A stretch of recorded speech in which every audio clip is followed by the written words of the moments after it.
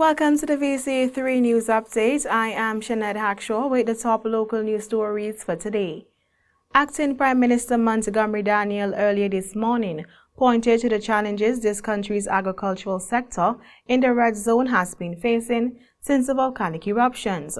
Speaking on NBC Radio's face-to-face program, Minister Daniel said although government has been assisting with the restoration through various ministries and stakeholders, there is still challenges in some areas of the sector.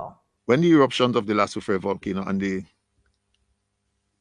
the overall agriculture sector was decimated, that it gave the Ministry of Agriculture that environment to begin looking at really how you should begin the process of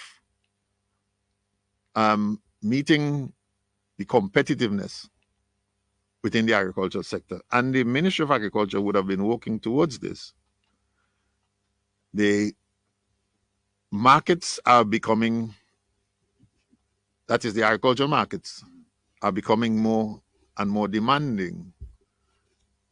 The quality of food as they are presented is not as same today as what it used to be yesterday. The acting Prime Minister said if we are preparing for the local and export market, there has to be some rearranging of the presentation of the products to be marketed. He said following the volcanic eruption, the Ministry of Agriculture has been working on improving the standards and to have better general agricultural practices and HACCP standards in the way production is done on farms. This is indeed challenging, really. And to meet HACCP standards, there are a number of processes you have to go through, of course. The GAP standards and so on that you would be able to produce in a particular way to be able to meet what is required for the export market. Even here on the local market, that there has been improvements in terms of how presentation is being done on a number of these products. Mr. Daniel said this post-volcanic period gives the Ministry of Agriculture the kind of environment to be able to focus on improving products presentation on the local market. He, however, admits that this is taking some time. The mere fact is that while the other root crops have taken off to that extent, our root has not been restored to that extent because of course, the factory at Oya, that would have been demolished. But the challenge would have been that even before the destruction of that factory, that the requirement of the production of root starch for export was already questionable. And so the decision was taken by cabinet to have a new factory where the HACCP standards have been met, and that factory has not yet been done. He noted that the factory in Orange Hill had just started before the eruption of the volcano in 2021, adding that work has commenced but it has not yet been completed. Last evening, the Beauty Shows Committee held a meet and greet event for the media to interact with the 9 young ladies who will be vying for the title of Miss St. Vincent and the Grenadines on October 7. Regional Category Manager of the Eastern Caribbean Group of Companies, Sibonga Lady Riggs, delivering remarks in regards to the Carry Gold cook-off competition, said that the decision to partner with the BSC is within the efforts of the ECGC to support the development of women in SVG. The decision to partner with the Miss SVG pageant are within our efforts to support the further development of women in St. Vincent and the Grenadines. Furthermore, the collaboration seeks to align with a common goal that positively impacts communities, shows our investment in enabling food security through availability, and improving the overall livelihood of children and people across St. Vincent and the Grenadines. According to Ms. DeRiggs, the outcome of the competition will see the ECGC lending support to a school or charity of choice from the winning team. She said that the participation of the contestants involved a visit to the ECGC head office. The participation of the Miss SVG contestants in the ECGC Culinary Cook-Off involved a visit to ECGC, where the ladies had an opportunity to learn more about the products they were going to be using throughout the competition, specifically our Kerrygold specialty flour. The ladies had a chance to interact with members of our quality assurance team, Charmaine Charles and Peter Trabile, who provided more information about the flour types, uses, and best practices. The contestants also had the opportunity to have a mini tour of our facility and to meet our CEO, Mr. J. Robert Cato, who provided words of encouragement. She further stated that the ECGC will support the chosen charity or school's feeding program for a duration of 6 months. Meanwhile, past Miss SVG contestant and the youngest senator in SVG, Shaquille Bob, who last night gave remarks on behalf of the Beauty Shows Committee, thanked the Vincentian community for their support that they have been given to contestants. She said that people traditionally think pageantry is about beauty, but pageantry is about so much more. And people may think sometimes that pageant is about beauty, but that is just a traditional way of thinking because we have evolved so much more. Pageant is about so much more. We had this year and last year the community service projects that were put on, and it was sponsored by Gecko, and the girls displayed their activities in various different areas that they chose. This year it was about the economies, and I am proud to say that the community service project, it was a success among the young ladies, and I'm sure that they have now a lot more networking skills than when they entered at first in this pageant. In case you missed it, here's a preview of what's to come.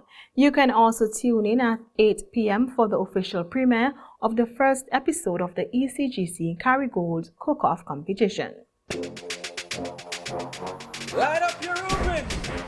Welcome to the most delicious competition of the year. My bread was wrong. Yeah. Call no name, get no blame. 9 girls in 3 teams. Sorry. What's the worst that could happen? I need to be helping with this and stop cleaning up. Enough love to Arena, but Arena was a bit bossy. This is the ECGC Culinary Cook-Off, and for the first time, it will be featuring the Miss SVG 2023 contestants. 5, 4, 3, 2, 1. That's crazy.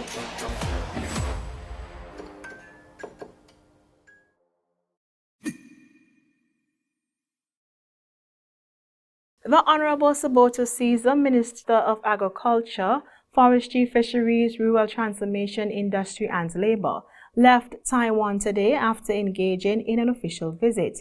He met with a number of high-ranking officials and toured a number of technological institutes during the one-day visit. Taiwan District Agricultural Research and Extension Station was the destination of Mr. Caesar's first visit. The minister paid a courtesy call to Ambassador Ramos Chen, Deputy Minister Wen Jane-tu of Taiwan's Ministry of Agriculture, and Ambassador Charles Lee, Secretary General of Taiwan's International Cooperation and Development Fund. The St. Vincent and the Grenadines Minister of Agriculture and the Taiwan technical team remain in regular contact.